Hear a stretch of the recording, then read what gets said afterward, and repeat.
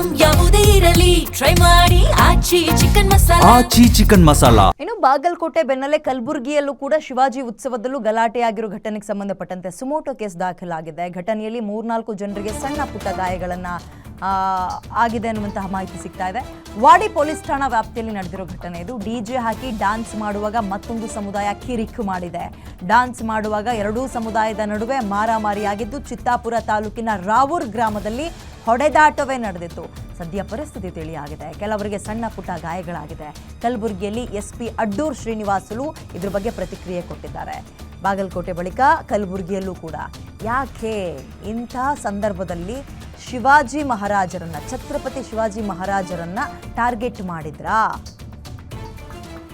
ಇತಿಹಾಸ ನಾವು ಓದ್ಕೊಂಡು ಬಂದಿರುವ ಪ್ರಕಾರ ಶಿವಾಜಿಯವರೊಬ್ರು ಇರಲಿಲ್ಲ ಅಂದ್ರೆ ಸಂಪೂರ್ಣವಾಗಿ ಇಸ್ಲಾಮೀಕರಣ ಮಾಡಕ್ಕೆ ಹೊರಟು ಬಿಟ್ಟಿದ್ರು. ಹಾಗಾಗಿ ಒಂದು ಧರ್ಮಕ್ಕೆ ಶಿವಾಜಿ ಮೇಲೆ ಒಂದು ಕೆಂಪು ಕಣ್ಣು ಯಾವಾಗಲೂ ಇದ್ದೇ ಇದೆ. ಹಾಗಾಗಿ ಅವರಿಗೆ ತಡ್ಕೊಳಕ್ಕಾಗಿಲ್ಲ. ಹಾಗಾಗಿ ರಾಜ್ಯದಲ್ಲಿ ಮಾತ್ರ ಅಲ್ಲ, ದೇಶದ ಹಲವು ಕಡೆ ನಿನ್ನೆ ಮೆರವಣಿಗೆ ಆಗಬೇಕಾದ್ರೆ ಇಂಥ ಘಟನೆಗಳಾಗಿದ್ದಾವೆ. ಕಲ್ಲೊಡಿಯೋದು, ಬ್ಲೇಡ್ ಹಾಕೋದು, ಬೆಂಕಿ ಹಚ್ಚೋದು.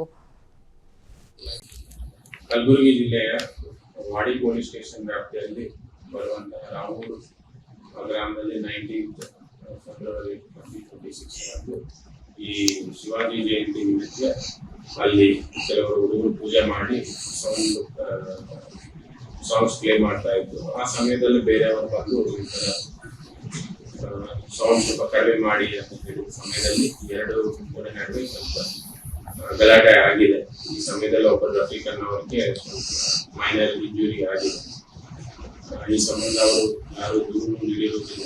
ನಮ್ಮ ಪೊಲೀಸ್ ವತಿಯಿಂದ ನಾವು ಒಂದಷ್ಟು ಕ್ರಮಕ್ಕಾಗಿ ಒಂದು ಶಿವಮೊಗ್ಗ ಲೆಕ್ಕದಲ್ಲಿ 160 ಅಡಿಯಲ್ಲಿ PR ದಾಖಲಿಸಿಕೊಂಡು ಕ್ರಮ ಕೈಗೊಂಡಿದ್ದೇವೆ.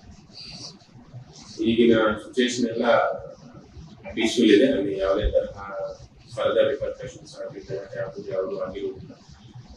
ಸದ್ಯ ಪರಿಸ್ಥಿತಿ ಎಲ್ಲ ಪೀಸ್ಫುಲ್ ಆಗಿದೆ. ನಿಮ್ಮೂರಿನಿಂದ ವಿಶ್ವ ಮಟ್ಟದವರೆಗೆ ರಾಜಕೀಯ, ಸಿನಿಮಾ, ಸ್ಪೋರ್ಟ್ಸ್ ಯಾವ ಸುದ್ದಿಯೂ ಮಿಸ್ ಆಗಲ್ಲ. ಬರೀ ಸುದ್ದಿಯಷ್ಟೇ ಅಲ್ಲ, ಜೊತೆಯಲ್ಲೇ ಇರುತ್ತೆ ವಿಶ್ಲೇಷಣೆ. ಗ್ಯಾರಂಟಿ ನ್ಯೂಸ್ ನ ಸಬ್ಸ್ಕ್ರೈಬ್ ಮಾಡಿ, ಫಾಲೋ ಮಾಡಿ, ಕ್ಷಣ ಕ್ಷಣದ ಅಪ್ಡೇಟ್ಸ್ ಪಡೆಯಿರಿ.